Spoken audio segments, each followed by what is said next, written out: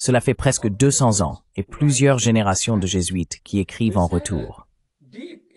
Cela a eu une profonde influence sur l'Europe, sur les Lumières, et ainsi de suite. Et bien sûr, une profonde influence en Chine. Mais regardez l'ouverture avec laquelle ils discutaient des idées des uns et des autres. Vous n'avez pas cette ouverture aujourd'hui. À mesure que l'Europe est devenue universelle, dans ce sens libéral, étroit, elle est devenue plus provinciale, parce qu'elle est plus illusoire, plus absurde et plus isolée aujourd'hui qu'elle ne l'a jamais été de mon vivant.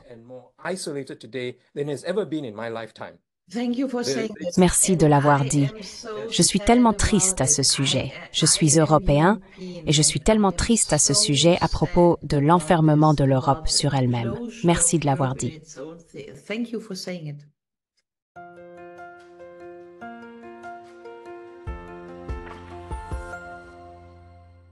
Hello everybody. This is Pascal from Neutrality Studies. Bonjour à tous, je suis Pascal de Neutrality Studies et aujourd'hui je parle avec deux invités fantastiques de deux régions eurasiennes différentes que nous voulons comparer et discuter un peu.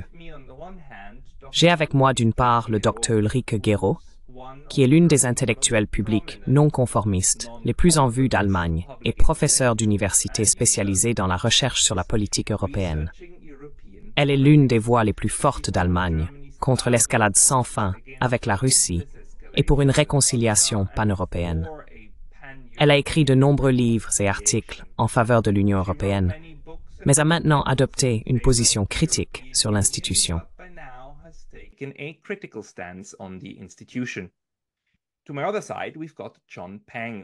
À mon autre côté, nous avons John Pang, qui est chercheur principal à l'Académie de Perak, un groupe de réflexion en Malaisie. Il a travaillé dans le domaine des politiques et du leadership intellectuel au sein du gouvernement, des affaires et du milieu universitaire, en se concentrant sur l'Association des Nations de l'Asie du Sud-Est, c'est-à-dire l'ASEAN. Il a également été le PDG fondateur de l'Institut de recherche de l'ASEAN et du Conseil des leaders d'affaires de l'Asie du Sud-Est. Il s'intéresse à la reformulation du discours des relations internationales, en particulier en ce qui concerne la Chine et l'Asie du Sud-Est, vers l'émergence d'un ordre mondial multipolaire. À vous deux, bienvenue. Merci.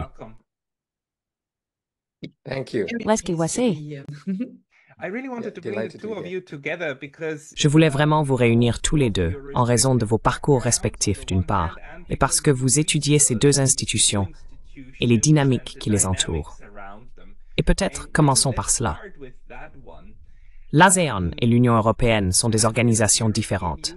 Elles fonctionnent de manière complètement différente. Ulrike, qu'est-ce qui vous intéresserait le plus d'apprendre sur l'ASEAN à partir de l'expérience de l'ASEAN? Et John, que voudriez-vous savoir sur le processus de l'UMRB maintenant que vous avez un expert en face de vous? Puis-je vous demander peut-être d'abord Ulrike, puis John?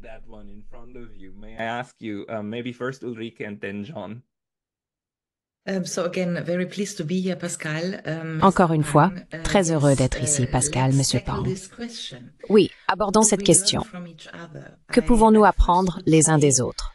Je dirais d'abord qu'il n'y a pratiquement plus d'ambition d'apprendre les uns des autres. Permettez-moi de commencer en disant qu'en 2003, j'étais à l'INSEAD Singapour et j'ai travaillé avec Douglas Weber, un professeur à l'INSEAD Singapour, l'une des écoles de commerce les plus prestigieuses de la région. Nous avions un programme sur ce que le tandem franco-allemand inspirant l'intégration européenne pouvait faire pour la coopération de l'ASEAN. Il y avait donc des essais méthodiques clairs et des tentatives de comparer l'Union européenne au monde asiatique et de structurer la construction des pays asiatiques autour du tandem franco-allemand et des méthodes que l'Union européenne a appliquées après-guerre pour arriver à ce qu'elle est. C'est-à-dire cet organisme institutionnel que nous avons aujourd'hui, n'est-ce pas?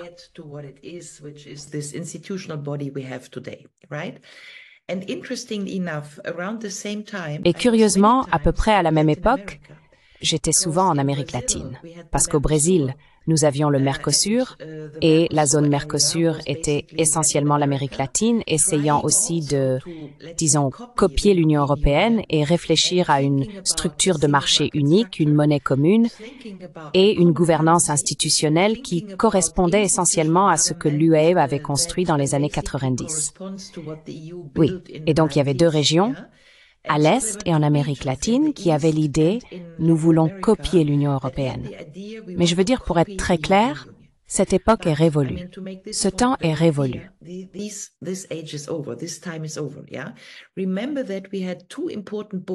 Rappelez-vous que nous avions deux livres importants au début du millénaire. L'un était de Marc Leonard, « Pourquoi l'Europe dirigera le XXIe siècle ». C'était un livre époustouflant, paru en 2003 lorsque les États-Unis sont entrés en guerre en Irak, et tout le monde pensait que l'Union européenne prendrait en quelque sorte le leadership mondial, avec l'état de droit, une meilleure gouvernance et tout le reste. Et nous avons échoué. Puis il y avait le livre du politologue américain Jeremy Rifkin, qui a écrit en 2004 « Le rêve européen, comment la vision de l'avenir de l'Europe éclipse tranquillement le rêve américain ». Et c'était un peu la même fantaisie.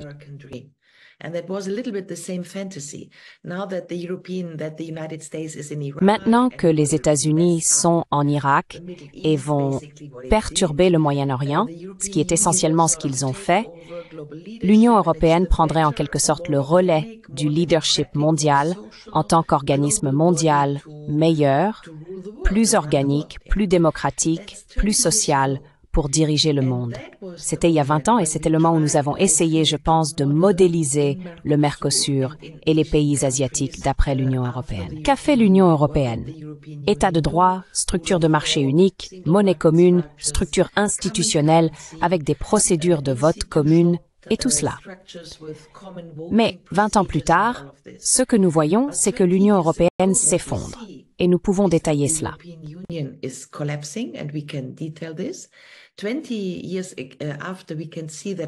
20 ans plus tard, nous pouvons constater que la plupart des pays se sont effondrés.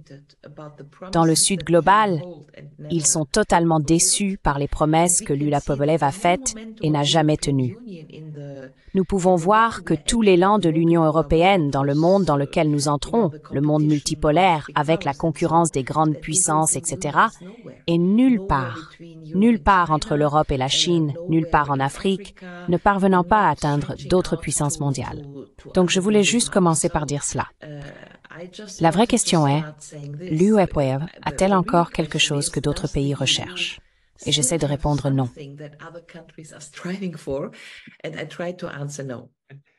Et je pense que John peut bien saisir celui-ci.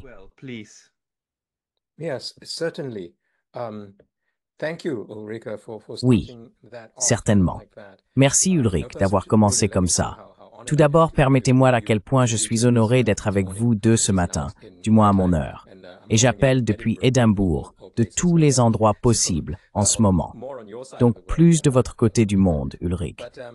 Mais vous savez, cette trajectoire que vous avez mentionnée, d'une UE qui présentait une alternative et était, à certains égards, un exemple, un modèle de ce que signifiait faire du multilatéralisme, ou une sorte de régionalisme, n'est-ce pas? À ce qu'elle est aujourd'hui, c'est une trajectoire vraiment déroutante et instructive, ou peut-être potentiellement instructive. Permettez-moi de dire que c'est exactement cette période sur laquelle je réfléchis à partir de ma propre expérience.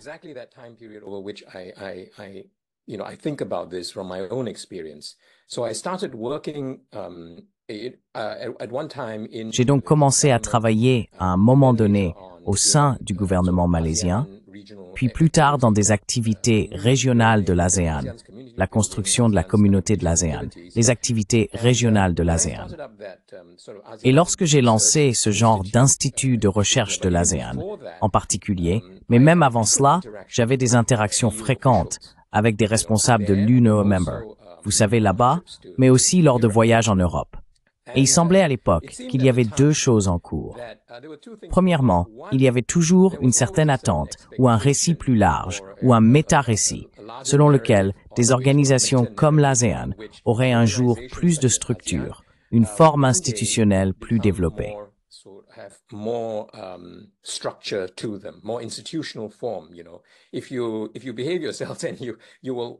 vous vous comportez bien et si vous faites les choses correctement, quand vous grandirez un jour, vous serez l'UM. Donc si vous êtes sage, vous prenez vos céréales, vous serez l'UMer un jour. Et c'était donc un cadre pour juger l'ASEAN et son absence de ce type d'institution internationale. Pourquoi l'ASEAN ne pouvait-elle rien faire? Ainsi, l'ASEAN était toujours, du moins en termes occidentaux, définie par rapport à cela. Et nous, en ASEAN, avons toujours repoussé cela. Nous sommes autre chose. Mais ce n'était pas aussi clair qu'aujourd'hui que nous sommes autre chose et que nous n'avons plus besoin d'être définis comme ce qui n'est pas l'UMR. De plus, nous ne voulons pas être comme l'UMA Norgower ou ne pourrions jamais être l'UMER. Et nous ne sommes pas dysfonctionnels parce que nous ne sommes pas comme l'UMER. En fait, la seule raison pour laquelle nous sommes encore là et restons pertinents, c'est que nous ne sommes pas cela.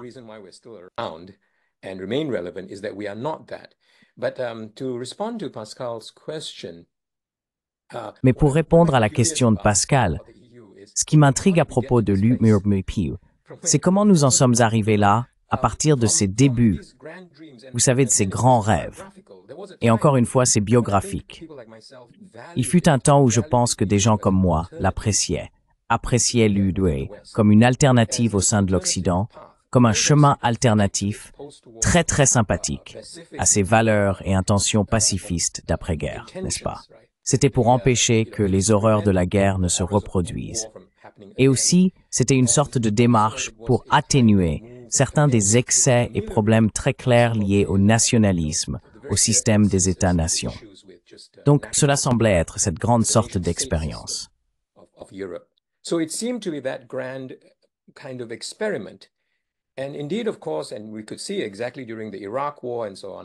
Et en effet, bien sûr, nous avons pu voir exactement pendant la guerre en Irak, etc., qu'ils ne suivaient pas toujours la ligne américaine, qu'ils représentaient cette autre voie. Et c'était multilatéral, d'une manière que les États-Unis ne l'étaient pas. Ce que c'est maintenant est probablement pire que rien. Je pense que cela devient presque une annexe de l'Occident, telle que définie par la politique américaine et définie par l'OTAN, presque dominée par l'OTAN. Donc, pour le dire succinctement, comment sommes-nous passés de tout cela à von der Leyen, d'Adenauer à von der Leyen? Comment sommes-nous passés d'Adenauer à von der Leyen? Et cela semble être à l'encontre de tout ce que l'on comprenait que l'UEBA était censé représenter.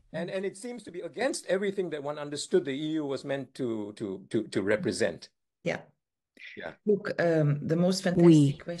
Écoutez, c'est une question fantastique que nous pouvons discuter et nous aurons probablement besoin de plus d'une heure, donc nous devrions en gros faire court.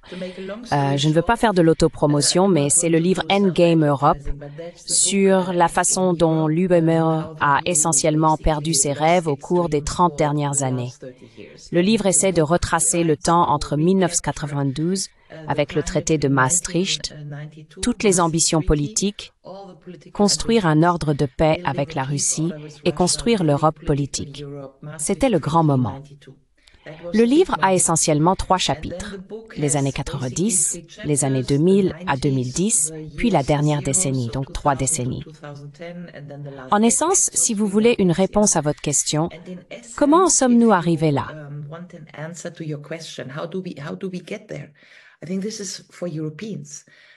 Je pense que c'est, pour les Européens, la question la plus importante que nous devons nous poser. Je veux dire, imaginez que nous sommes un continent très riche, avec de très bonnes universités, avec un très bon personnel, de l'énergie, des industries, de l'architecture, des arts, n'est-ce pas? Et nous avons tout gâché en 30 ans d'ambition pour essentiellement créer une démocratie européenne, faire une constitution, faire prospérer les citoyens, le bien-être, peu importe. Nous avons commencé comme ça, n'est-ce pas? Et puis, nous avons échoué pendant essentiellement 20 ans. Je veux dire, la Constitution a échoué en 2003, puis est venue la crise bancaire en 2013, puis la guerre en Ukraine, le corona, je veux dire une destruction totale des sociétés européennes plus le populisme. De nombreux aspects, oui. Et la question est réelle.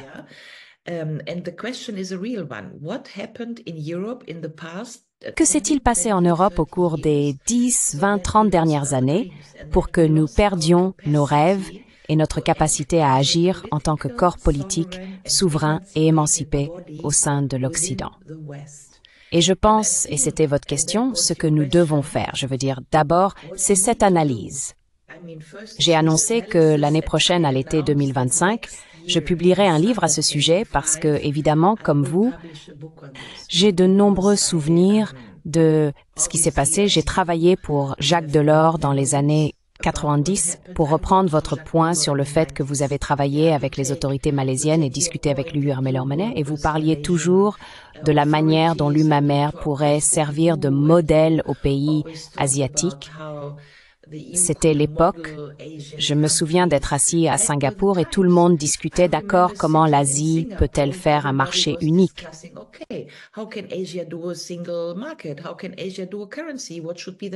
Comment l'Asie peut-elle créer une monnaie? Quel devrait être le nom de cette monnaie? Et ainsi de suite. Il y avait le modèle de l'ULBV et les autres essayaient juste de copier le modèle. Et si vous étiez adulte et mature, peut-être pourriez-vous être aussi bien que l'UMLA. C'était le bon vieux temps. Et dans, encore une fois, 20 ans, nous avons totalement échoué. Donc, pour moi, il y a deux questions intéressantes. Avons-nous échoué? La plupart du temps, les réponses sont dialectiques. Avons-nous échoué à cause de notre propre incapacité? Les Européens, c'est-à-dire que nous n'avons pas pu réunir la Constitution, nous n'avons pas pu démocratiser le système, nous avons eu ces tendances populistes, la mauvaise gestion, la migration. Je veux dire, il y a de nombreux aspects pour lesquels, au cours des 2 dernières décennies, l'effort européen a échoué. Et où était-ce une intervention externe?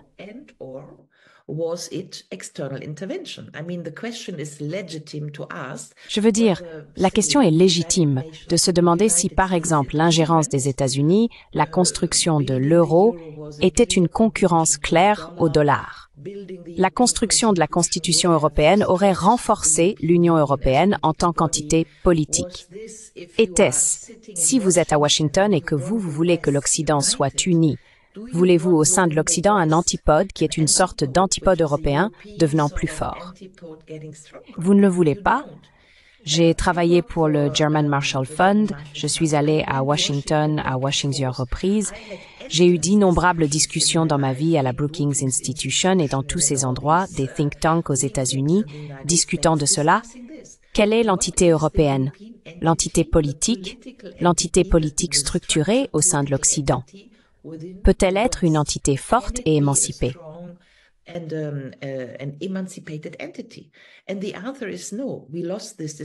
Et la réponse est non. Nous avons perdu cette discussion. Nous n'avons pas fait la Constitution. Nous n'avons pas bien géré la crise bancaire. Nous n'avions pas de gestion politique lorsque la crise bancaire s'est produite il y a 15 ans. Ce n'était pas à propos des Grecs paresseux. C'était à propos d'une gestion politique manquante, parce que nous n'avions pas l'autorité fiscale ou l'autorité fiscale européenne qui aurait pu gérer, comme la Fed aux États-Unis a géré avec l'autorité fiscale. Les États-Unis sont sortis rapidement de la crise bancaire. En 2 ans, ils en avaient fini. Et nous, en Europe, nous avons traîné avec une crise bancaire, avec un euro, 16 autorités fiscales, et nous ne pouvions pas gérer. Donc, c'était toujours le problème fiscal, le problème politique que nous ne pouvions pas surmonter.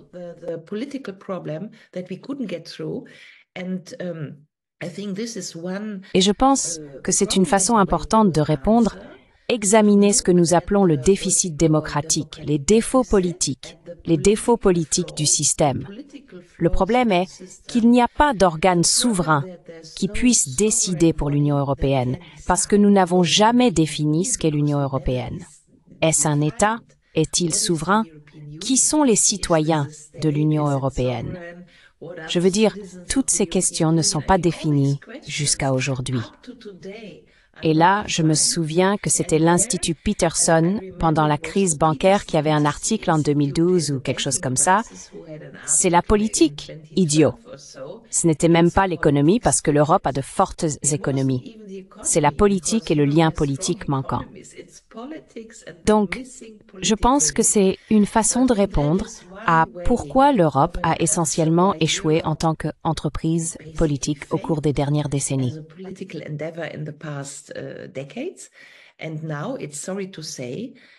Et maintenant, c'est désolant de dire que plus personne ne veut nous copier. Je pense que nous sommes plongés dans des discussions différentes. Et la discussion différente est celle que Pascal anime sur la neutralité et sur le monde multipolaire global. Et donc, je pense que la chance pour nous deux, je veux dire les deux, et d'autres, M. Pang et d'autres, qui veulent envisager ce monde multipolaire, est de déplacer nos propres discours vers ce genre de choses. Qu'est-ce que ce monde multipolaire? Et quelles entités politiques sont nécessaires pour construire ce monde multipolaire? S'agit-il seulement de la Chine et de la Russie et de l'Iran, du Brésil et de l'Afrique du Sud? Ou le monde multipolaire concerne-t-il peut-être des entités politiques, une entité politique latino-américaine, une entité politique asiatique, une entité politique européenne, mais transcendant l'Union européenne, qui en tant que modèle a échoué? John, voulez-vous répondre directement? Non. Non, absolument. En ce qui concerne cette question plus large de l'ordre mondial que vous avez abordée, elle est vraiment urgente maintenant et anime toute cette discussion. Et du point de vue de l'ASEAN, une Europe forte et stratégiquement autonome a toujours été le grand espoir. Cela aurait été la bien meilleure voie vers la multipolarité. C'est maintenant vraiment dangereux, en fait, et regrettable que l'Europe ne suive pas cette direction, pour le dire gentiment. Elle s'identifie à une certaine notion de l'Occident de manière étrange, n'est-ce pas? Oui, c'est vraiment une sorte de démonstration. Super.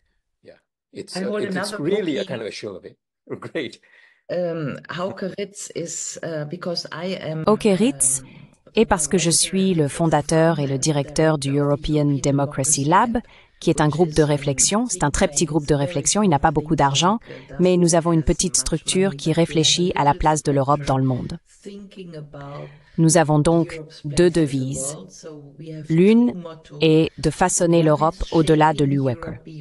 Alors, qu'en est-il de la structure institutionnelle de l'Union européenne au-delà de l'UECR? Comment l'Europe pourrait-elle être politiquement structurée au-delà de l'UEM? Et l'autre est de façonner l'Europe pour un monde multipolaire.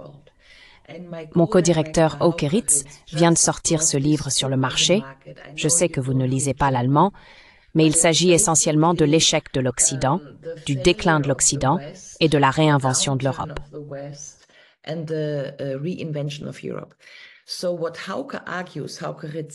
Ce que soutient Oke Ritz dans ce livre, c'est essentiellement, et c'est, je pense, une réponse à votre question. Je pense que nous sommes d'accord sur l'analyse, et je suis très heureux d'être d'accord sur l'analyse. Mais le fait est que nous devons déconstruire l'Occident. Je veux dire, Pankaj a écrit ce livre il y a des années, l'Occident est fini. Et la question intéressante est, qu'est-ce que l'Occident? Et ce que fait Oke est un philosophe, et il recherche essentiellement l'histoire de la pensée politique. Et ce qu'il dit, c'est qu'il n'y a pas de chose telle que l'Occident, que culturellement, l'Occident, l'Europe et les États-Unis sont totalement divisés. Et donc la façon de réinventer l'Europe passe par la culture européenne, passe par la pensée européenne et passe par des choses comme qu'est-ce que la souveraineté, qu'est-ce que la République.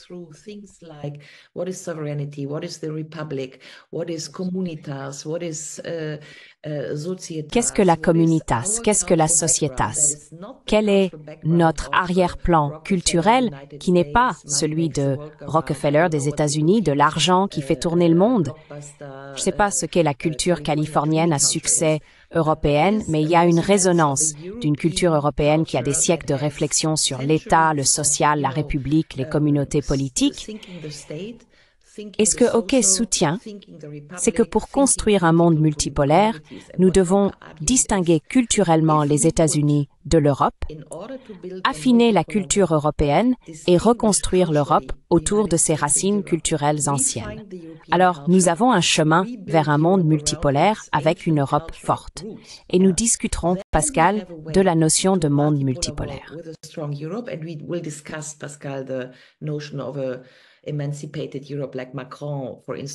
Comme Macron, par exemple, le formulait. Mais en traversant cette culture, et voici le point. Si nous devions faire cela, l'argument de Hawke est que l'Europe est en forte résonance avec la Russie, avec l'Indonésie, avec l'Iran, avec la Chine, en termes de racines culturelles. Pourquoi? Parce que l'Europe a un concept du social, de communitas, de république, res publica, de bien commun, et les Russes aussi. Il y a donc une résonance au XVIIe, XVIIIe, XIXe siècle. Donc, si nous devions affiner en tant qu'Européens pour nous déconnecter de l'espèce de surcharge culturelle américaine que nous avons eue ces 60 dernières années et que nous puissions retrouver notre culture, nous pourrions entrer en résonance culturelle avec les autres puissances en Eurasie et alors nous pourrions construire une Europe multipolaire.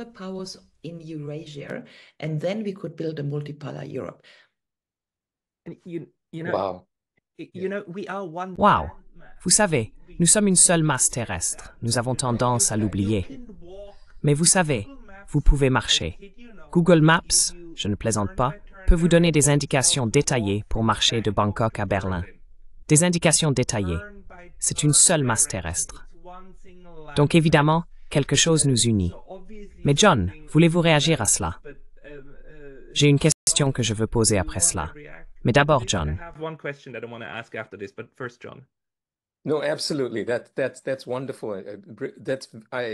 Non, absolument. C'est merveilleux. Cela résonne beaucoup dans des endroits en dehors de l'Europe. Parce qu'on pourrait revenir à la question posée plus tôt sur ce qui est arrivé à l'Europe.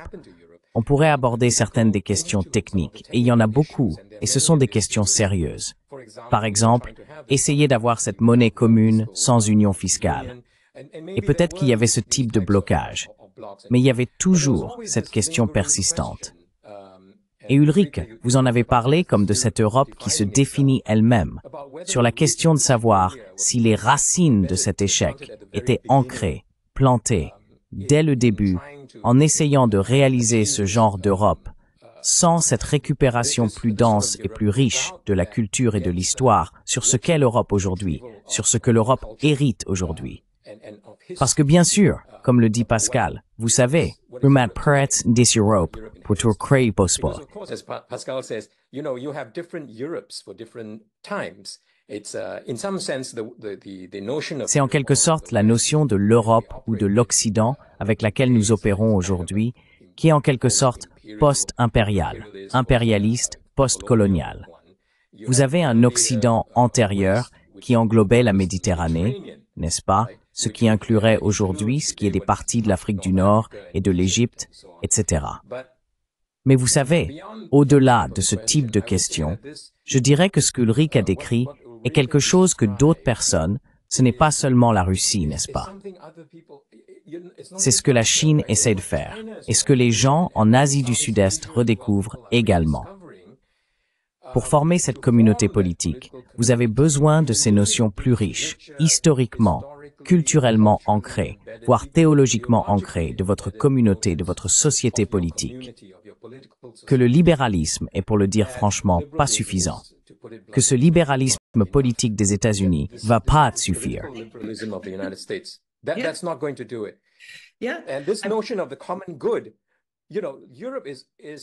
Et cette notion du bien commun, vous savez, les Européens sont entièrement lisibles ou visibles pour les Asiatiques et les Chinois d'un point de vue traditionnel.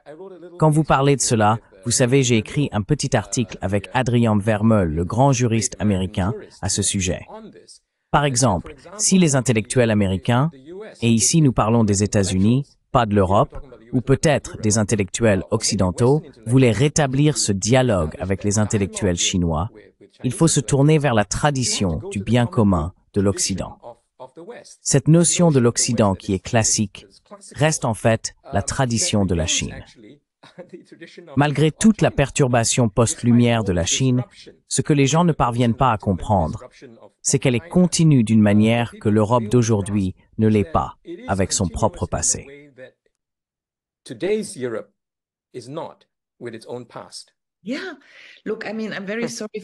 Oui, écoutez, je veux dire, je suis vraiment désolée de toujours choisir des livres, mais oui, il y a un autre livre là-dedans.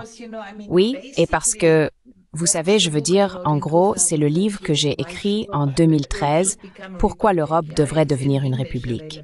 Oui, il est disponible en anglais. Et voici le truc. Vous avez dit que le libéralisme ne suffit pas. Mais ce que nous avons fait, c'est encadrer tous nos systèmes politiques uniquement sur le libéralisme, la démocratie libérale, blablabla, et nous oublions que ce que vous voulez être, c'est une communauté. Donc les gens ont le désir d'être dans une communauté sociale. Et c'est le mot de la République, res publica.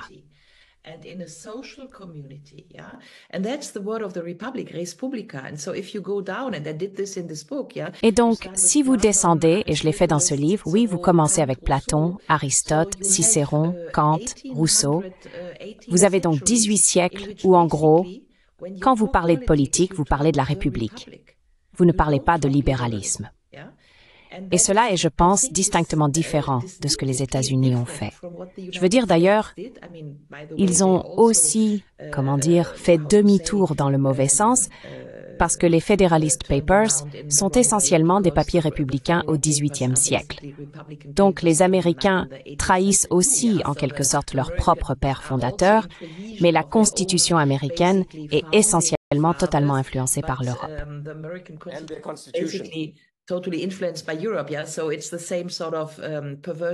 C'est donc le même genre de perversion de la pensée. Mais je pense qu'il y a quelque chose de très important à rechercher. Et si vous suivez cette voie, ce qui est plus intéressant, c'est que si vous dites aujourd'hui républicain, oui, c'est méchant. C'est de droite. C'est Trump.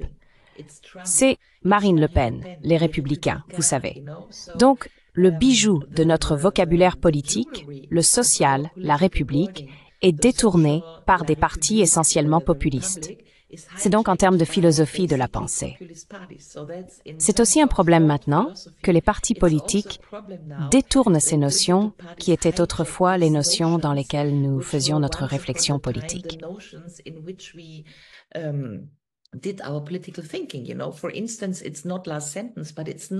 Vous savez, par exemple, ce n'est pas anodin que les noms d'États des pays européens soient tous des républiques. Nous ne sommes pas l'Allemagne. Je ne vis pas en Allemagne, je vis en Bundesrepublik Deutschland. Ce n'est pas la France, c'est la République française. Ce n'est pas l'Italie, c'est la Repubblica Italiana, Rzeczpospolita Polska, et ainsi de suite, République Österreich. Ce n'est pas anodin que le nom du pays, et c'est seulement dans la dernière décennie, lorsque la discussion européenne était si en déclin intellectuellement, que nous avons commencé à parler de l'Allemagne et de la France et de l'Autriche, que nous avons abandonné la République dans les noms d'État. Ce n'est pas anodin, c'est un signe des temps que nous oublions essentiellement d'où nous venons.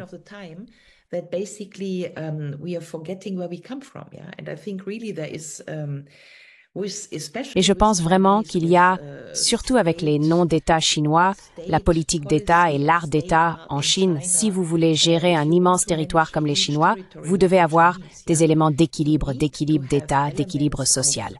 Et je pense que c'est ce que font les Chinois. Dernière phrase pour terminer ici, les États-Unis ont essentiellement plongé la moitié de leur population dans la pauvreté pure. Le revenu de base est de $50 000 depuis 1970, il n'a pas augmenté. La classe moyenne aux États-Unis est en déclin, la Chine a sorti 800 millions de personnes de la pauvreté. Alors on dit que c'est une dictature et que les États-Unis sont démocratie. Mais si vous raisonnez en termes de ce qui est mieux pour les gens, quel est le résultat?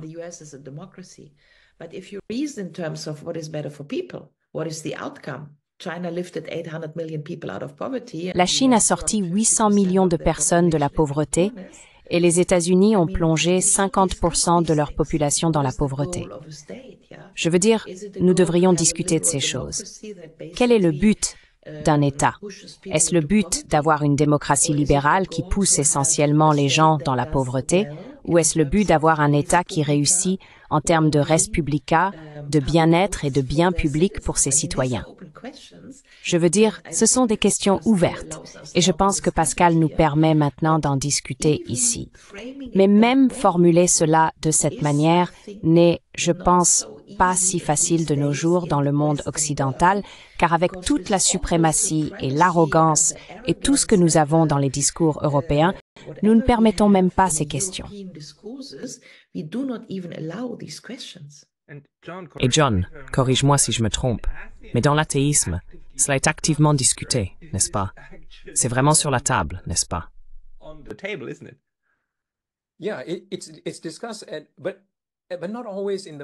Oui, c'est discuté, mais pas toujours de manière très réfléchie. Vous parlez de ces concepts primaires. Je pense qu'il y a un fort sentiment qu'il y a plus dans l'État, la communauté politique, que simplement les règles, que ce que John Rawls peut imaginer, n'est-ce pas? Donc il y a plus que cela. Et la manière dont l'ASEAN est organisée ou non organisée, la façon dont les gens s'associent les uns avec les autres, je pense qu'il y a là une notion qui permet aux gens d'exprimer différentes visions politiques, différentes formes de communauté. Donc vous savez, je pense que c'est plus clair de voir cela en Chine.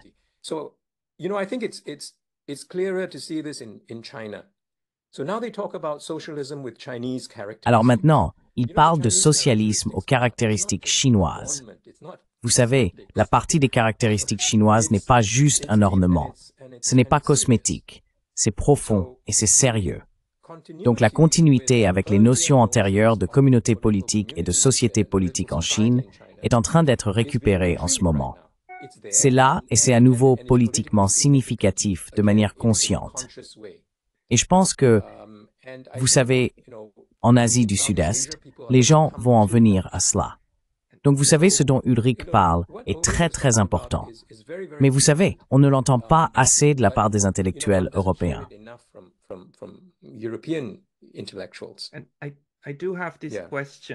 Et j'ai cette question parce que, oui, le contexte philosophique et ainsi de suite compte beaucoup, et où le libéralisme s'est trompé.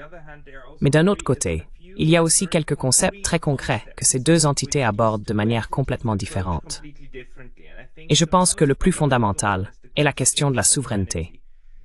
L'ULEMember, dès le début, était un projet de supranationalité, n'est-ce pas? Céder les pouvoirs de l'État à une institution supérieure et le faire petit à petit jusqu'à devenir les États-Unis d'Europe, n'est-ce pas? En fin de compte, ce n'était jamais l'idée. Et l'UML, dans ce noyau, a commencé comme un résultat de la Seconde Guerre mondiale, n'est-ce pas?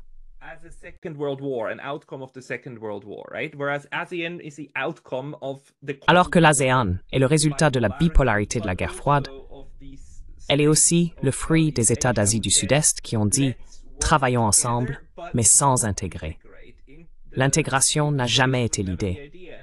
Et l'ASEAN, pendant longtemps, et même maintenant, dit que nous ne pouvons pas surmonter ce veto que tout le monde a. D'un autre côté, c'est ce qui maintient l'ASEAN ensemble. Je suis très impressionné par la façon dont l'ASEAN gère la crise au Myanmar. Le Myanmar est suspendu, mais il fait toujours partie de l'organisation. Je ne peux pas imaginer l'ULEM avoir une approche similaire face à un tel cas si cela se produisait dans l'UMember. Alors pouvez-vous peut-être en parler? Et peut-être plus tard, nous aborderons l'OTAN contre l'OTASE, l'une qui a fonctionné, l'autre qui a échoué. Mais peut-être, d'accord. Commençons avec John, en fait. Let's start with John, actually. ASEAN is really not. Donc l'ASEAN n'est vraiment pas. Ce n'est pas. Écoutez, la souveraineté dans l'ASEAN, il faut comprendre, a été obtenue au prix de la lutte contre le colonialisme. C'est une réalisation post-indépendance de presque tous les États de l'ASEAN. Donc ils ne vont pas lâcher ça, c'est clair. Et ils n'allaient pas l'échanger contre cette souveraineté collective que l'UEM était censée avoir. Donc il y avait le premier et le plus grand obstacle dans le travail que des gens comme moi et d'autres essayaient de faire pour favoriser l'intégration de l'ASEAN. L'idée d'un marché commun, par exemple. et vous voulez avoir une circulation plus libre des biens et des personnes. Et puis, la souveraineté semble être un problème et une question. Mais en même temps, si vous regardez comment les diplomates de l'ASEAN, la diplomatie de l'ASEAN sur des questions comme le Myanmar et auparavant le Cambodge, et ainsi de suite, beaucoup de la manière dont ils opèrent est culturelle. A lot of the way in which they operate is cultural. It's political culture of a very C'est une long culture shared politique, history. avec une très longue histoire commune. Mais les gens n'avaient pas l'habitude d'en parler de cette manière. Ils l'appelaient simplement la manière de l'ASEAN, et ainsi de suite. Cela n'est pas bien théorisé. L'ASEAN n'est pas aussi théorisé que l'Europe, vous savez, de loin. Mais cela ne signifie pas qu'il n'y a pas une histoire politique très distinctive et une histoire intellectuelle derrière. C'est donc un moment très intéressant pour l'ASEAN, en fait, pour les pays d'Asie du Sud-Est et pour l'ASEAN. Comme cela se passe en Europe, des gens comme Pascal s'en rendent compte en Europe. Et comme vous voyez cela, encore une fois, ce mouvement en Chine pour repenser beaucoup de catégories, essentiellement des catégories européennes, des catégories issues des Lumières européennes, et pour examiner leur suffisance pour le projet de la communauté politique ou de l'État. Ulrike, voulez-vous répondre? Je suis désolée, mais je dois me lever pour choisir un autre livre. Nous nous adressons dans ce podcast à des personnes qui sont des intellectuels intelligents. Et la plupart du temps, elles veulent lire, n'est-ce pas?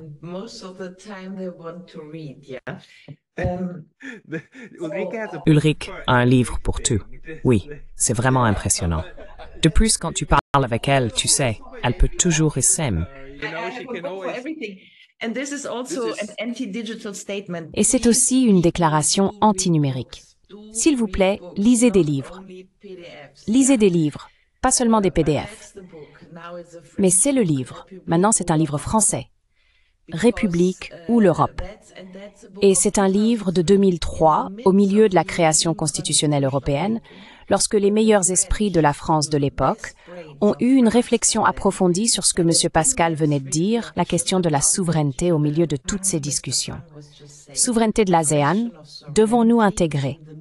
Et puis la question est, qu'intégrez-vous? Que pouvez-vous intégrer? Vous pouvez intégrer un marché. Vous pouvez dire, d'accord, nous faisons l'acquis communautaire. Vous intégrez des biens. Ensuite, vous établissez un marché unique, une monnaie unique. C'est absurde d'avoir un marché unique, mais plusieurs monnaies.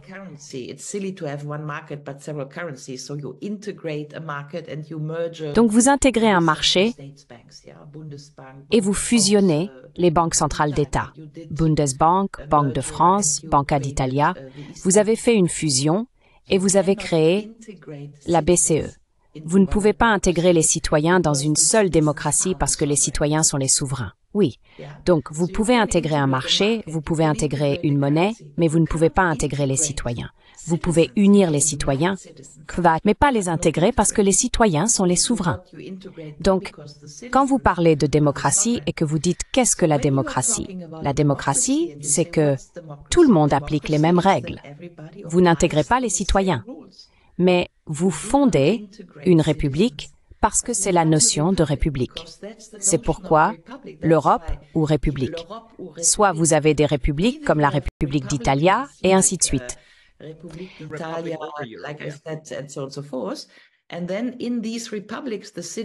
Et puis, dans ces républiques, les citoyens ont le même état de droit parce qu'ils sont citoyens de cette république et obéissent aux mêmes règles.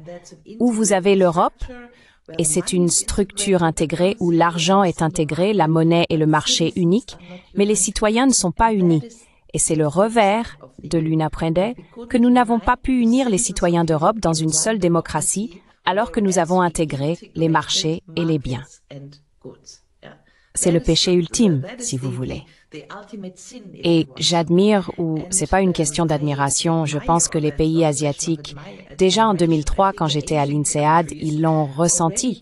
Ils ont senti que cela ne fonctionne pas si vous intégrez les aspects économiques, mais que vous gardez les citoyens non unis parce que vous ne construisez pas un État. but you keep the citizens non-united because you do not build a state. I mean, actually, you are talking state building. Je veux dire, en fait, vous parlez de construction de l'État. C'est pourquoi j'ai écrit ce livre, Pourquoi l'Europe devrait devenir une république, parce que vous ne pouvez pas échanger l'intégration que vous faites sur le plan économique avec des citoyens non unis. Les citoyens sont alors les seuls, les souverains, je veux dire, les citoyens souverains, qui ne sont pas unis en Europe dans le corps politique sous la même loi, dans le corps politique de l'Union européenne. Les pays asiatiques, tout comme les pays du Mercosur, ont rapidement réalisé que cela ne mène à rien, nulle part. Lorsque vous abolissez la souveraineté nationale et que vous fusionnez et intégrez trop d'aspects économiques et sociaux, car alors vous perdez le contrôle sur le bien-être de vos citoyens.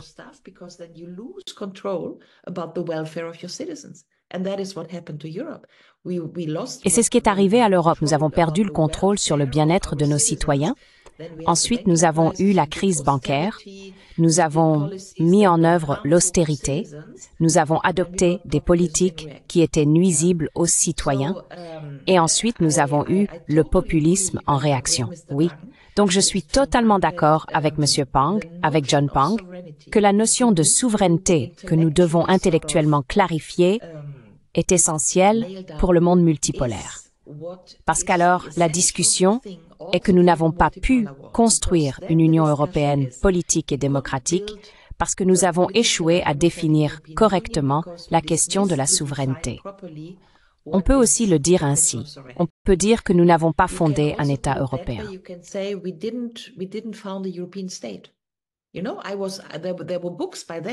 Vous savez, il y avait des livres à l'époque, il y a 20 ans, quand nous avons fait la Constitution européenne. Il y avait beaucoup de livres. Je me souviens d'un livre français très important, La question de l'État européen. Donc, il y a 20 ans, nous étions d'une certaine manière plus tournés vers l'avenir qu'aujourd'hui, car au moins nous osions poser la question: devons-nous créer un État européen? On peut dire oui, on peut dire non, mais au moins nous avons soulevé la question que si nous voulons penser la souveraineté en Europe jusqu'au bout, nous devrions créer un État européen. Et si nous le faisons, nous devrions appeler cet État la République européenne, parce que tous les États sont appelés républiques. Vous savez?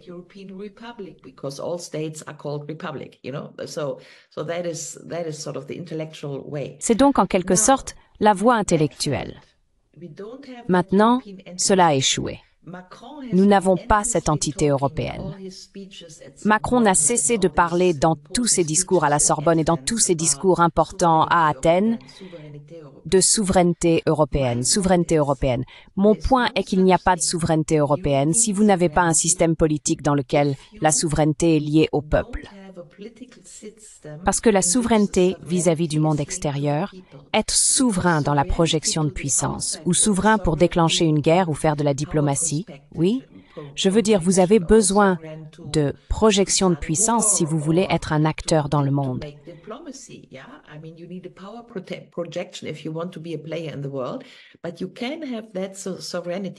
Mais vous pouvez avoir cette souveraineté. C'est mon point.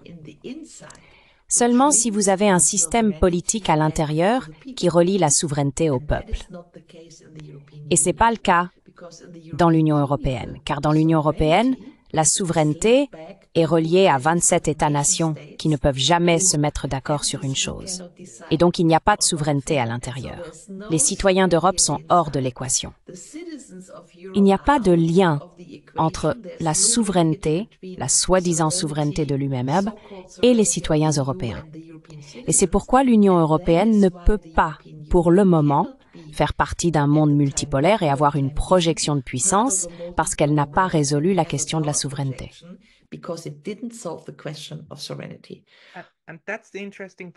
Et c'est le point intéressant car l'ASEAN n'a jamais aspiré à faire cela. Mais l'ASEAN fonctionne économiquement, elle prospère et elle est maintenant organisée de manière à être plus compatible avec le monde multipolaire. John, peut-être que tu peux en parler. John, maybe you can pick up on that.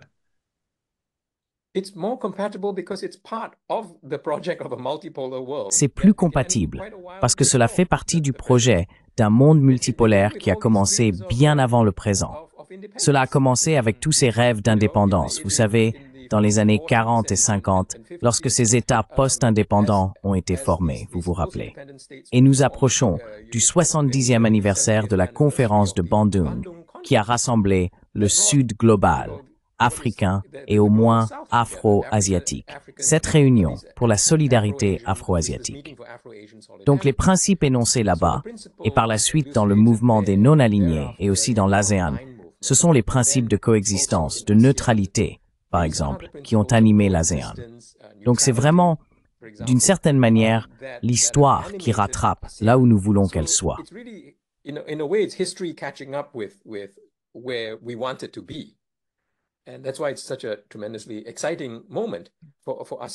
Et c'est pourquoi c'est un moment extrêmement excitant pour l'ASEAN. Ce que l'ASEAN représente, c'est la direction que prend le monde, du moins de notre point de vue. Quand on y regarde de plus près, si l'on considère de nouvelles organisations comme les BRICS et l'OCS, ce sont des associations, des arrangements multilatéraux qui ne correspondent pas à un quelconque compromis avec la souveraineté que l'UVAWER représente aujourd'hui. Ce ne sont pas des alliances. Elles évitent très délibérément le type d'alliance en temps de paix que l'UPMPM, l'OTAN et les États-Unis représentent.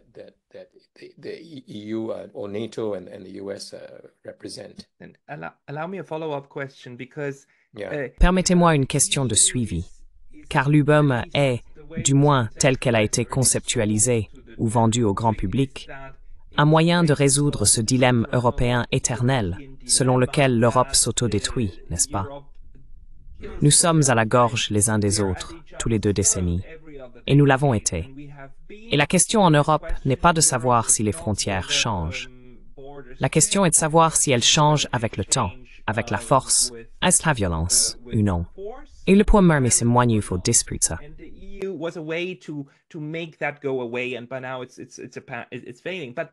Et maintenant, ça échoue. Mais l'ASEAN n'est jamais allé à la gorge les uns des autres. Vous avez hérité de frontières qui n'ont aucun sens pour les personnes qui y vivent réellement.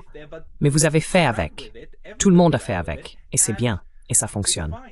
Donc, est lié à cela, l'OTAS, l'Organisation du traité de l'Asie du Sud-Est, a échoué. Alors qu'en Europe, l'OTAN a réellement prospéré, etc. Comment pouvez-vous expliquer que la sécurité n'était pas un facteur déterminant pour que l'ASEAN essaie de s'intégrer davantage, comme l'Europe a essayé de le faire?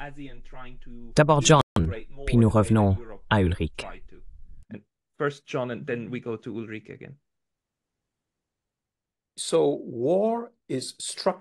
La guerre est structurelle en Europe, d'une manière qui ne l'est pas en Asie de l'Est, et particulièrement en Asie du Sud-Est. Historiquement, statistiquement, elle n'a pas été utilisée de la même manière. Vous n'aviez pas beaucoup de ces petits États, petits selon certaines normes asiatiques, qui étaient toujours en conflit et reformaient les frontières. La souveraineté signifiait aussi quelque chose de différent. Elle n'avait pas besoin d'avoir des frontières claires. Comme vous le savez, ce sont des notions de souveraineté prémoderne, certaines d'entre elles se chevauchant. Il y a vraiment eu un temps, en fait, où l'Europe était plus comme ça, et où l'Europe n'était pas aussi structurellement encline à la guerre. C'était le Moyen Âge, en fait, où elle était extraordinairement paisible comparée à l'Europe post-napoléonienne, n'est-ce pas? Donc,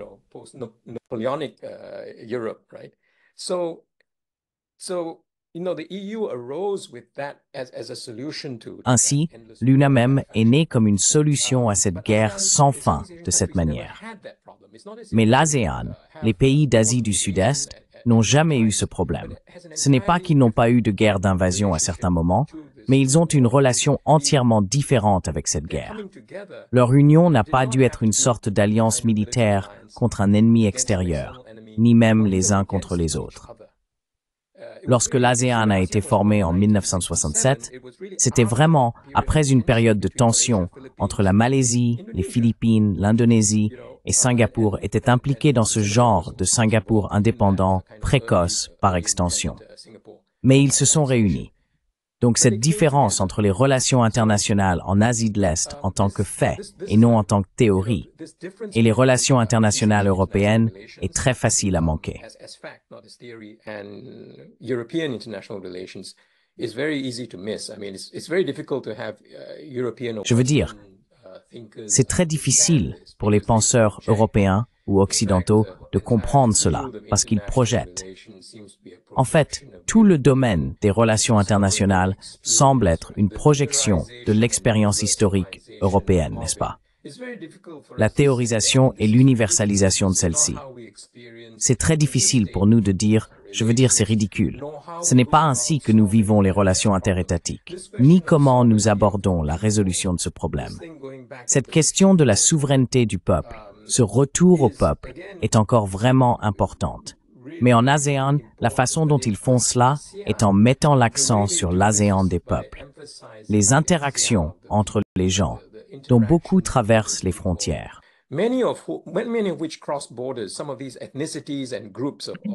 Certaines de ces ethnies et groupes de personnes, comme vous le savez, ne s'inscrivent pas parfaitement dans les frontières. Nous avons des personnes, par exemple, qui sont des peuples maritimes, comme les nomades de la mer, qui voyagent. À quel pays appartiennent-ils? Sont-ils malaisiens, indonésiens ou singapouriens? Certaines de ces questions n'ont pas de sens complet dans le mode westphalien.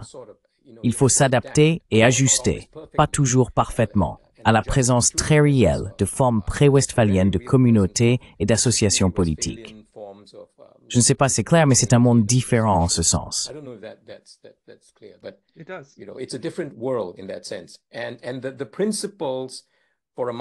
Et les principes pour un monde multipolaire, tout en s'accrochant à Westphalie, pour ainsi dire, en étant capable de le modérer et de trouver d'autres types de solidarité, d'association et de coopération à travers cela, sont importants. Les Européens pourraient le reconnaître s'ils se penchent sur l'immense complexité du Moyen-Âge européen, souvent simplement raillé et rejeté comme une sorte d'air sombre. C'était une époque d'une complexité politique et d'un intérêt énorme. D'ailleurs, c'est à ce moment-là qu'il y avait une sorte d'ère européenne. Maintenant, vous essayez de former une sorte d'Europe desséchée, une Europe intellectuellement, idéologiquement, cosmologiquement desséchée. Cela ne fonctionne pas vraiment.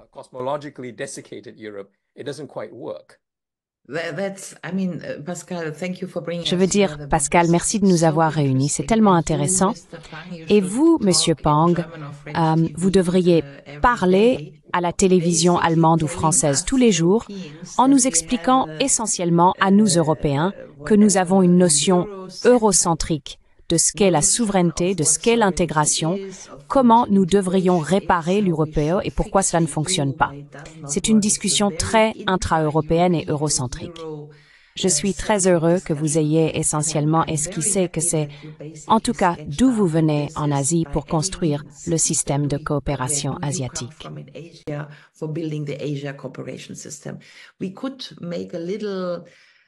Nous pourrions faire une petite digression et réfléchir à la base religieuse de ces différents modes de vie, car les religions monothéistes ont probablement conduit l'Europe à ce genre de nationalisme où les nations s'entretuent, tandis que le bouddhisme et l'hindouisme avaient évidemment ou apparemment une autre base. Ainsi, comme vous l'avez décrit, il y a des États, mais vous ne vous êtes jamais entretués. Où il n'y avait pas ce genre de guerre de nation à nation que nous avons eu en Europe.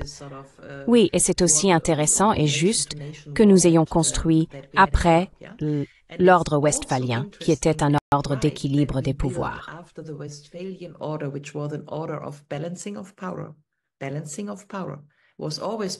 Les causalités, l'équilibre des pouvoirs a toujours été équilibre des pouvoirs au XVIIe, XVIIIe et des pouvoirs au XVIIe, XVIIIe et XIXe siècle.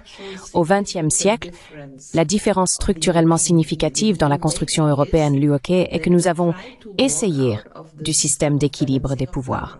Nous ne voulions pas équilibrer le pouvoir, nous voulions transférer le pouvoir à l'Union européenne. C'était donc une logique sensiblement différente pour nous sortir de la politique d'équilibre des pouvoirs que nous avions depuis des siècles vers une construction institutionnelle au XXe siècle où nous voulions transcender le pouvoir et essentiellement le placer au niveau européen. Et 100 ans après, nous tombons totalement à genoux avec cela. Oui.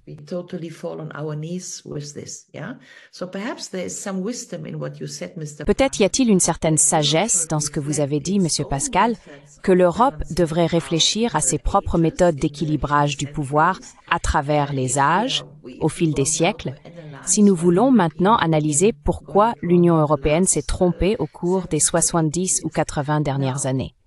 Maintenant, parce que vous compariez, et je suis d'accord, je pense que l'Europe a surestimé cet objectif de, disons, construction de l'État, discours sur la souveraineté, élaboration de constitution, et nous n'avons pas réussi à le résoudre, et nous avons échoué. Et l'Asie n'a jamais essayé. Le Mercosur n'a jamais essayé. Les Africains ont maintenant une Union africaine très intéressante, mais n'ont jamais essayé de suivre le même chemin. C'est pourquoi l'UE n'est plus un modèle. Je veux dire, c'est ce que nous devons simplement dire.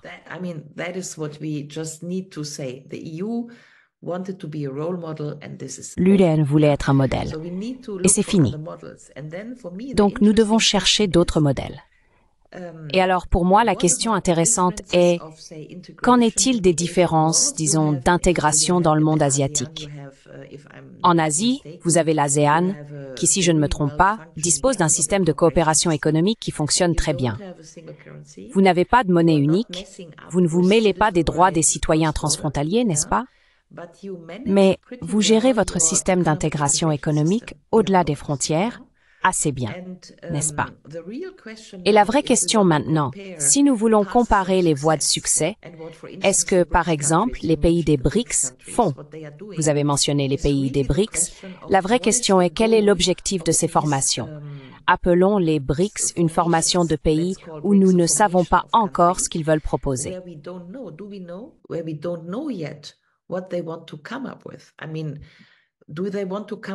Je veux dire, veulent-ils créer une monnaie? Veulent-ils, vous savez, une monnaie basée sur l'étalon or? Je veux dire, c'est pourquoi la Turquie achète de l'or maintenant, d'après ce que j'ai entendu. Vous savez, je veux dire, tout le monde se prépare pour ce genre de monnaie en or, des BRICS, une monnaie basée sur l'étalon or. Veulent-ils avoir un système de commerce? Veulent-ils avoir un système de commerce interne aux BRICS qui serait découplé du système commercial mondial? Je veux dire, il y a beaucoup de choses que l'on entend et nous verrons bientôt à Kazan ce qu'ils proposeront. Mais ma question pour vous, Monsieur Pang, est quel est le modèle d'intégration? Prenons ce monde qui était le monde de l'Europe. Y a-t-il une ambition d'intégration dans le monde des BRICS? Et que ferait l'ASEAN s'il y avait, disons, des ambitions d'intégration dans le monde des BRICS? Parce que si vous créez une monnaie, ce n'est pas anodin. Créer une monnaie est une autre paire de manches que d'avoir des marchés communs.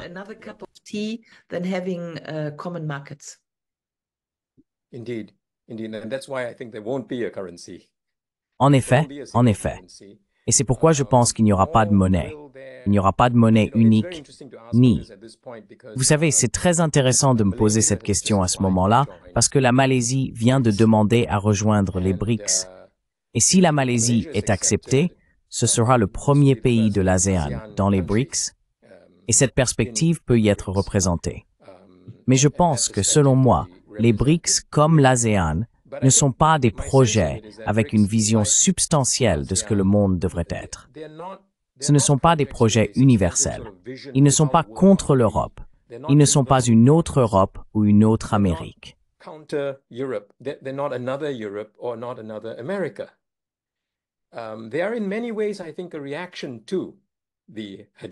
Ils sont, à bien des égards, je pense, une réaction à l'hégémonisme unipolaire, et une réaction à cela, vous savez.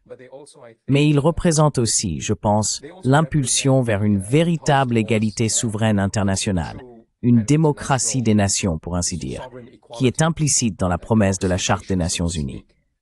Juste cette compréhension et le maintien de leur diversité politique.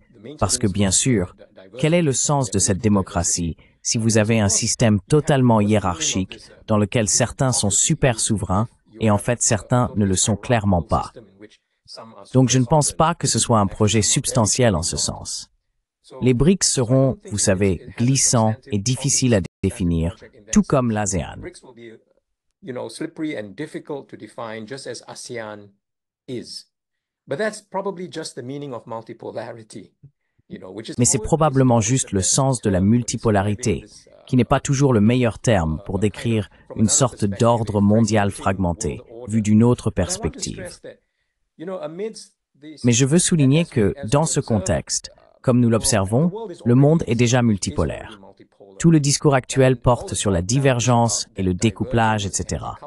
Mais il est également extrêmement important, je pense, que cette diversité soit maintenue. Nous devons retrouver le cosmopolitisme. Qu'est-ce qui est universel? Qu'est-ce qui nous rassemble? Il est prématuré pour l'Occident de le proposer, mais cette conversation doit également avoir lieu, car cette diversité dépend de ce que vous avez en commun. Si vous regardez la politique étrangère chinoise et leurs déclarations, ils en parlent tout le temps.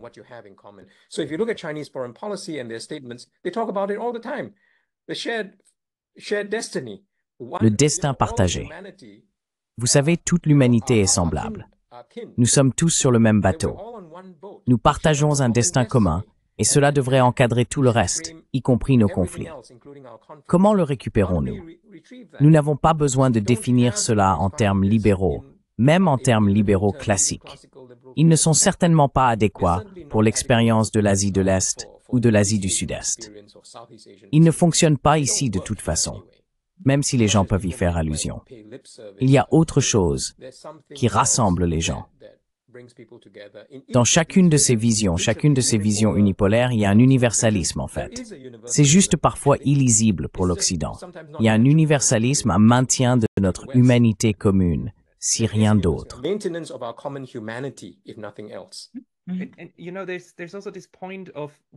Vous savez, il y a aussi ce point de ce qui est possible et de ce qui est idéal.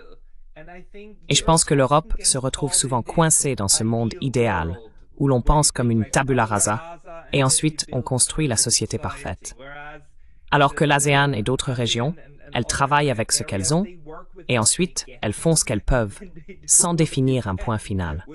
Pas de manière téléologique de raisonner à rebours à partir d'un point final ultime. Ulrike, pouvez-vous s'il vous plaît? Ulrike, can you please? Je veux dire, tout d'abord, je voudrais dire merci, parce que c'est essentiellement, disons, l'universalisme européen, qui est aussi la marge de manœuvre pour cela, appelons cela l'arrogance européenne ou autre. Nous sommes l'Occident. Nous essayons de dominer le monde. Je veux dire encore une fois, comme je l'ai dit, c'était il y a 20 ans quand vous décriviez tout le monde voulant modéliser ou copier l'Union européenne. Oui. Donc je pense qu'il y a une discussion sur l'universalisme européen que nous devons remettre en question sur notre continent, car il n'y a pas d'universalisme européen, comme vous le dites. Nous devons penser en termes d'humanité.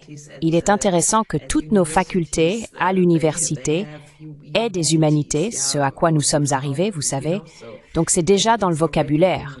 Et cela ne peut pas être seulement des concepts européens.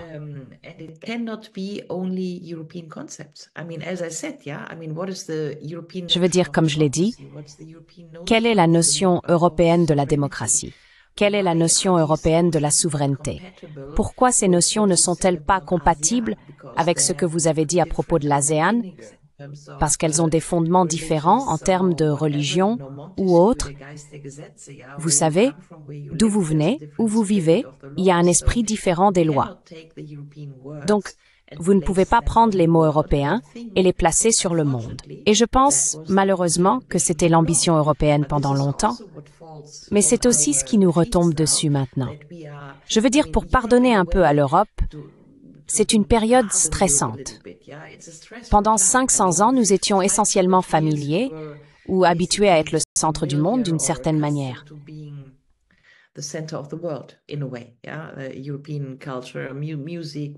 La culture européenne, la musique, la technologie, et puis les développements politiques des, vous savez, 500 ans de colonialisme et ainsi de suite, n'est-ce pas? Et maintenant, nous réalisons que nous rétrécissons, que nous déclinons. Les économies sont... J'ai regardé les chiffres économiques récemment, n'est-ce pas? Vous voyez que la plupart des pays, en termes de production de PIB par habitant, l'Europe est la seule entité qui décline. Les autres pays dans le monde, y compris les États-Unis, maintiennent leur niveau. Donc c'est intéressant de voir comment, vivant en Allemagne, je peux presque sentir comment ce pays décline. Vous pouvez le voir dans les transports, dans les services publics. Vous n'avez pas l'impression que cela concerne seulement l'Allemagne. You don't have the feeling that and this is not only Germany. You go to France, to Paris, to Italy, to except. Vous allez en France, à Paris, en Italie, sauf en Suisse, mais vous voyagez en Europe et vous pouvez presque sentir que c'est un continent qui a, je ne dirais pas d'avenir, mais qui avait un meilleur avenir qu'il n'en a maintenant. Et si vous avez 500 millions de citoyens qui ressentent que nous n'aurons pas l'avenir que nous avions, cela impacte évidemment l'humeur politique. Et puis l'humeur devient populiste, rancunière, peu importe. Donc, en ce sens, d'abord, je dirais que c'est une période difficile pour les Européens parce que nous devons traverser ce passage d'un passé brillant à un avenir non évident. Et nous voyons d'autres régions dans le monde, comme l'ASEAN, comme la Chine, comme même l'Afrique, où vous avez des jeunes étincelants et l'économie est, vous savez, heureuse, allant heureuse.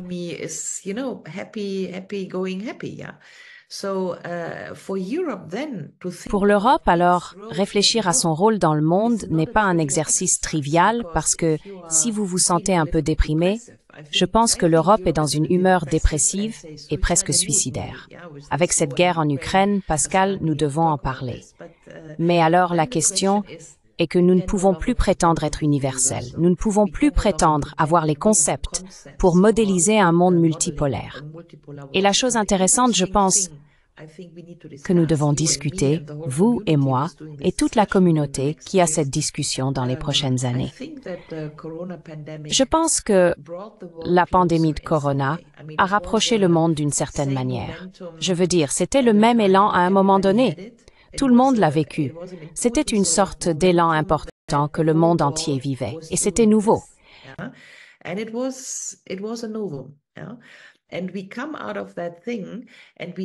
Et nous sortons de là et voyons que nous avons une nécessité de coordination, que nous devons gouverner les choses. Que ce soit l'OTAN et ce que l'OTAN fait avec l'Union européenne, que ce soit nos guerres, les guerres à Gaza, la guerre en Ukraine, comment le monde évolue-t-il avec ces guerres, que ce soit l'OMS, l'Organisation de la santé, et ce qu'elle fait pour les citoyens du monde sur les passes de vaccination et toutes ces choses. Nous voyons donc maintenant que nous avons un besoin différent et plus urgent de coopération et de discussion à l'échelle mondiale. Je pense que pour moi, c'est l'un des résultats des 2 ou 3 dernières années. Et puis, pour moi, la question la plus importante est, avons-nous cette discussion en tant qu'État-nation? Est-ce que je parle allemand à un Malaisien ou est-ce que je parle européen à un Asiatique? Quel est le niveau de réflexion de façonner un cosmopolite?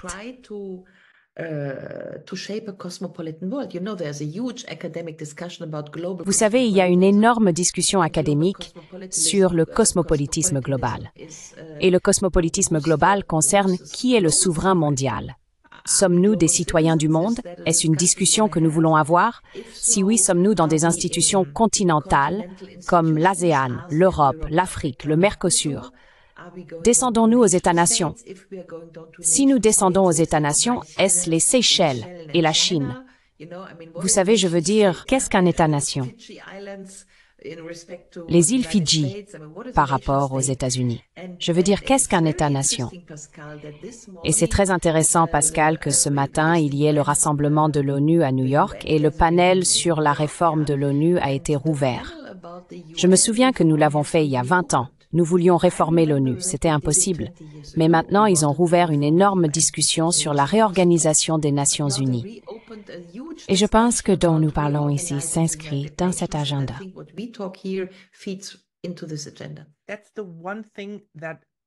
C'est la seule chose que personne, actuellement, ni la Chine, ni la Russie, ni les États-Unis, ni la Malaisie, ne remet en question. Que la réforme de l'ONU est bonne, que nous voulons des règles de l'ONU. C'est la seule chose sur laquelle nous sommes à peu près d'accord, mais nous ne sommes pas sur la même longueur d'onde quant à ce à quoi cela devrait ressembler. Mais John, j'aimerais que vous réagissiez à tout ce qu'Ulrich a dit.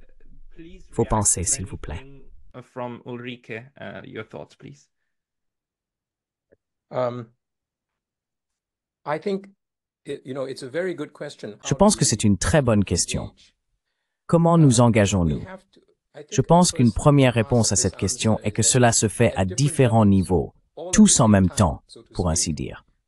J'ai souvent examiné la question de l'ASEAN, comme je l'ai dit, dans ce contexte régional, comme une adaptation à un système d'État-nation que nous n'avons pas inventé, auquel nous devons nous adapter à ce qui a été imposé à la région. De cette manière, l'Europe a structuré le monde politique pour tout le monde, n'est-ce pas? 80% du monde a été colonisé, et tout le monde devait avoir cet État-nation avec la Constitution, etc., etc. D'accord, maintenant que nous avons cela, il y a aussi une trajectoire historique immense dont vous ne savez pas comment parler au début, mais d'une certaine manière, vous en avez une idée.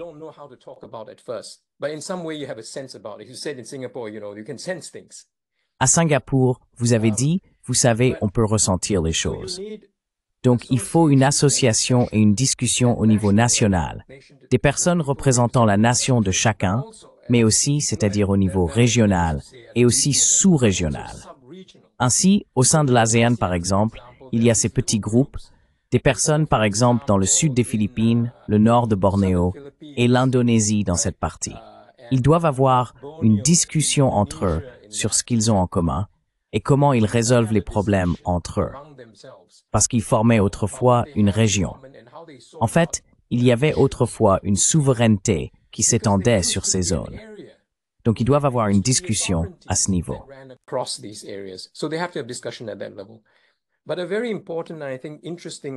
Mais, une question très importante, et je pense intéressante qui s'est ouverte, est cette notion de dialogue des civilisations. Maintenant, cela doit avoir lieu. Donc j'ai dit en dessous de l'État-nation, mais au-dessus de l'État-nation.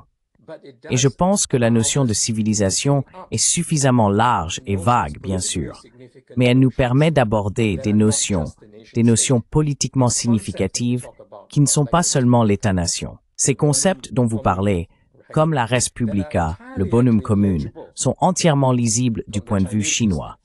Nous avons nos propres termes pour cela, mais c'est très très résonnant. Nous devons être capables d'intégrer cela dans le dialogue.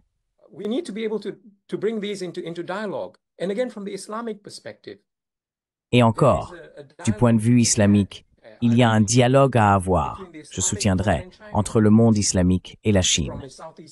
Du point de vue de l'Asie du Sud-Est, l'islam tel qu'il est compris en Asie du Sud-Est est vécu en Asie du Sud-Est et en Chine, sans nécessairement introduire des concepts occidentaux, pour ainsi dire.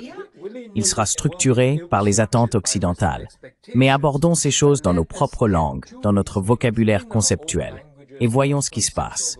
C'est donc vraiment important.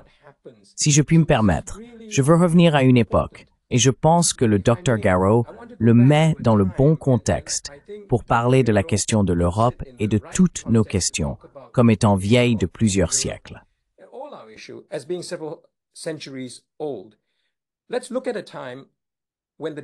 Regardons une époque où le dialogue entre l'Europe et la Chine était bien meilleur qu'aujourd'hui.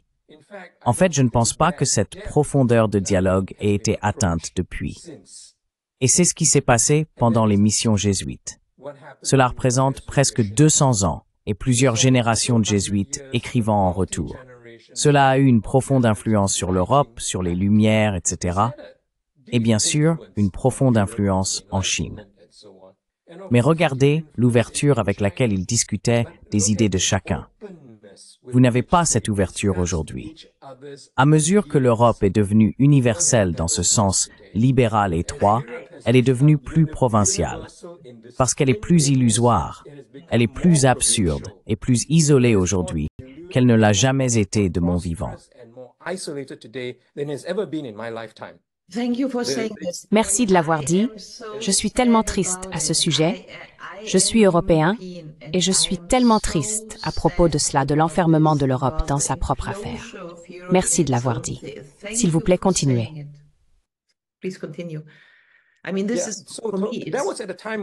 Je veux dire, pour moi, c'était à une époque où il y avait une plus grande parité. Ce n'est pas si loin.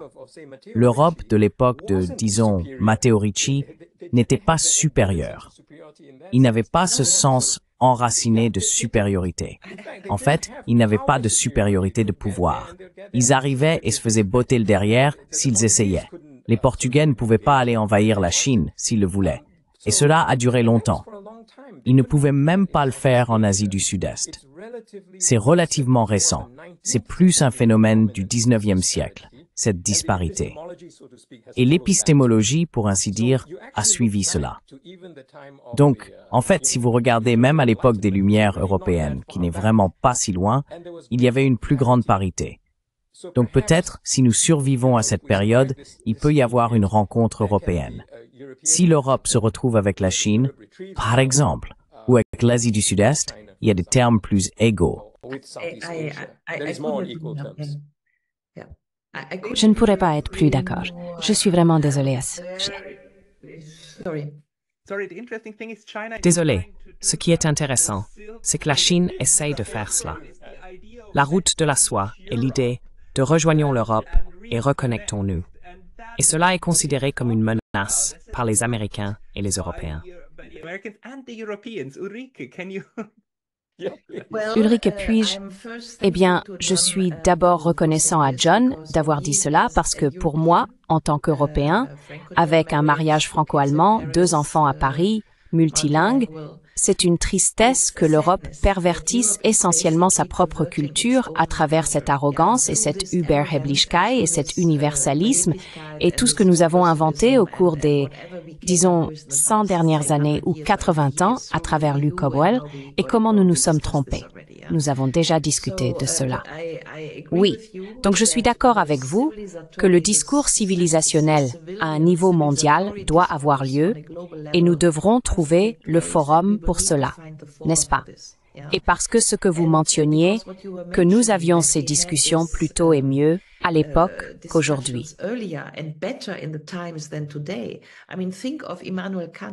Je veux dire, pensez à Immanuel Kant, la paix éternelle. Fondamentalement, il façonne une république mondiale, non? Je veux dire, il y a une composante civile de la paix dans les écrits du XVIIIe siècle. Et je suis d'accord avec vous. Et je veux dire, Pascal, d'abord, ce soir, je vais à un forum sur la Chine ici à Berlin. Donc je fais cela. J'essaie de prendre contact avec les Chinois parce que je vois qu'ils cherchent à nous atteindre. Ils veulent que nous nous engagions avec eux. Et c'est pourquoi nous parlons d'Eurasie dans ce panel ici. Ils veulent établir un contact sur un niveau culturel de résonance. Et je peux le sentir. Je peux le sentir quand je parle avec des Russes. Je peux le sentir quand je parle avec des Chinois.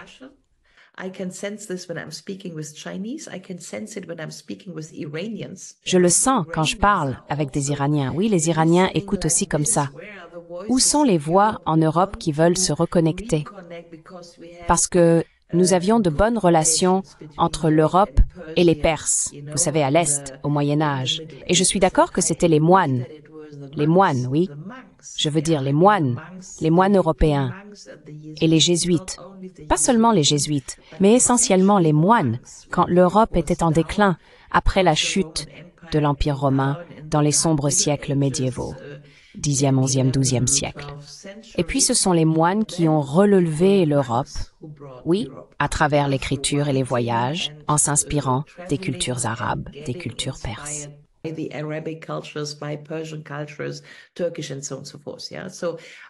Turcs et ainsi de suite. Donc je pense que nous devons y retourner. Je pense que nous devons dépasser notre arrogance et notre universalisme.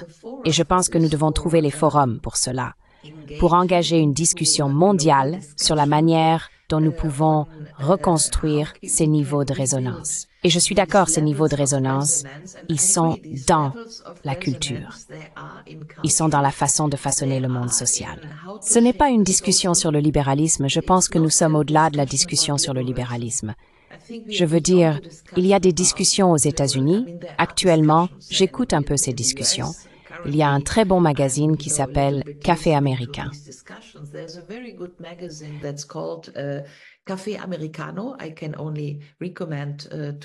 Je ne peux que recommander, c'est un magazine en ligne Café Américain, et ils font du libéralisme hardcore, des discussions post-libérales modernes, des discussions théoriques, de très bonnes discussions. Et je pense que nous devons nous engager dans des discussions mondiales à ce sujet. Qu'est-ce que c'est? Je veux dire, le libéralisme, que devrait-il être? Mais plus important encore, à mes yeux, qu'est-ce qu'une communauté? Et où trouvons-nous une communauté? Et où avons-nous les niveaux culturels de résonance? Et comment organisons-nous cela ensuite dans les notions d'État et de citoyenneté? Je pense que ce sont les discussions que nous devons avoir, donc je suis très heureux que Pascal nous ait donné l'opportunité d'en parler.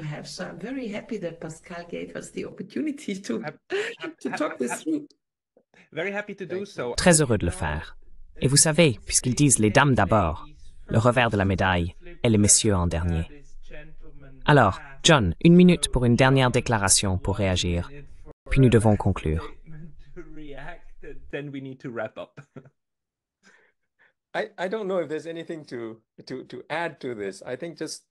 Je ne sais pas s'il y a quelque chose à ajouter à cela. Je pense que peut-être en récapitulant et en revenant sur cette conversation maintenant, vous savez, nous étions censés parler de l'ASEAN et de l'Europe, mais nous avons fini par parler d'un problème et d'un défi plus profond. C'est en fait notre problème, à tous, vous savez, l'Europe et l'Asie du Sud-Est. Et il est important de trouver cela. Il est important de pouvoir l'identifier et de voir qu'en Russie aussi, et en Chine aussi, les gens essaient de repenser cela. Et vous savez, comme j'ai la chance de participer à une discussion avec un tel intellectuel, vous savez, un livre pour chacun de nos principaux sujets, n'est-ce pas? Vous avez écrit un livre pour chaque point principal que nous avons discuté. Je veux souligner l'importance de ce niveau de discussion, que nous ne nous contentions pas de laisser cela être juste de la politique.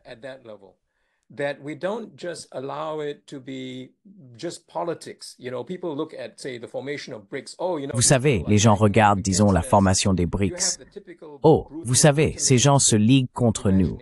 Vous avez l'imagination typiquement brutale, brutaliste, des relations internationales qui s'imposent, ou simplement une vision économiste.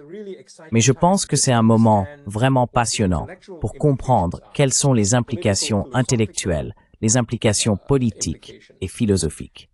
Sans cette conversation avec le Dr Géraud, je serais un peu moins optimiste quant aux perspectives de cette discussion.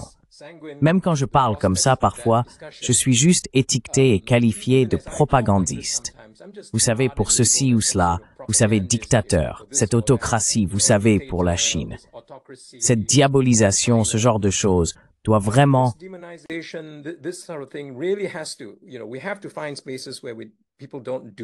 Nous devons trouver des espaces où les gens ne font pas cela, où les personnes qui le font sont simplement mises de côté dès le début, sont simplement invitées à s'asseoir dès le début, parce que c'est bien trop important pour que la discussion soit ainsi écartée.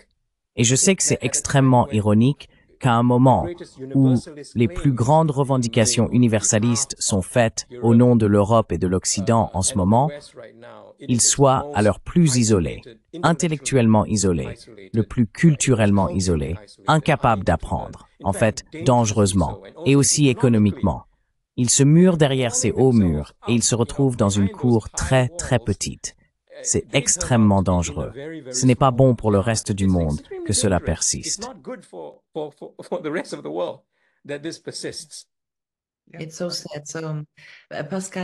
C'est tellement triste. Pascal, je veux dire, je pense que nous devons continuer cette discussion et avoir un deuxième tour. Je suis très heureux aussi, Monsieur Pang, que nous n'ayons pas parlé uniquement des critères normaux de multipolarité qui sont la guerre et, vous savez, la géostratégie et qui possède quelles ressources énergétiques, etc. Oui, parce que je pense que de manière intéressante, je veux dire, souvenez-vous, Pascal voulait parler de l'OTAN et de l'UE. et nous avons changé. C'est très intéressant que nous nous soyons intuitivement éloignés de ce genre de business géostratégique et des ruptures et de la concurrence vers d'autres choses. Et j'ai trouvé cela vraiment, vraiment inspirant. J'espère donc que nous pourrons continuer.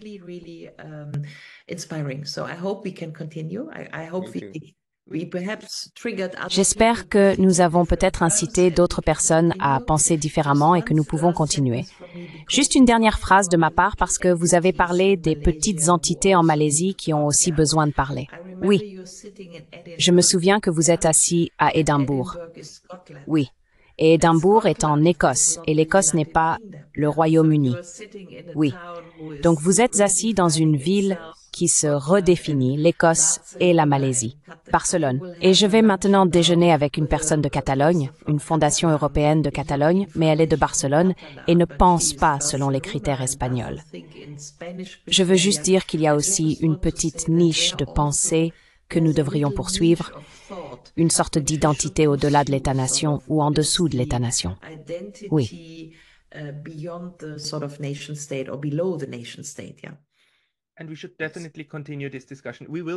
Et nous devrions certainement continuer cette discussion. Nous allons continuer cela. Et pour être encore plus optimiste, la bonne nouvelle est qu'environ 25% de tous ceux qui cliquent sur une vidéo de ma chaîne la regardent jusqu'à la fin. Donc, si vous regardez encore, cela signifie que vous faites partie de la discussion, vous faites partie du groupe intéressé, et nous pouvons avoir cette discussion. Le besoin est là. Les gens regardent et les gens discutent. Et c'est là que nous pouvons nous connecter. C'est ainsi que nous combattons cette machine qui est imposée d'en haut. John Pang, Ulrike Guerreau, merci beaucoup pour aujourd'hui. Merci. Thank you very much for today. Thank you.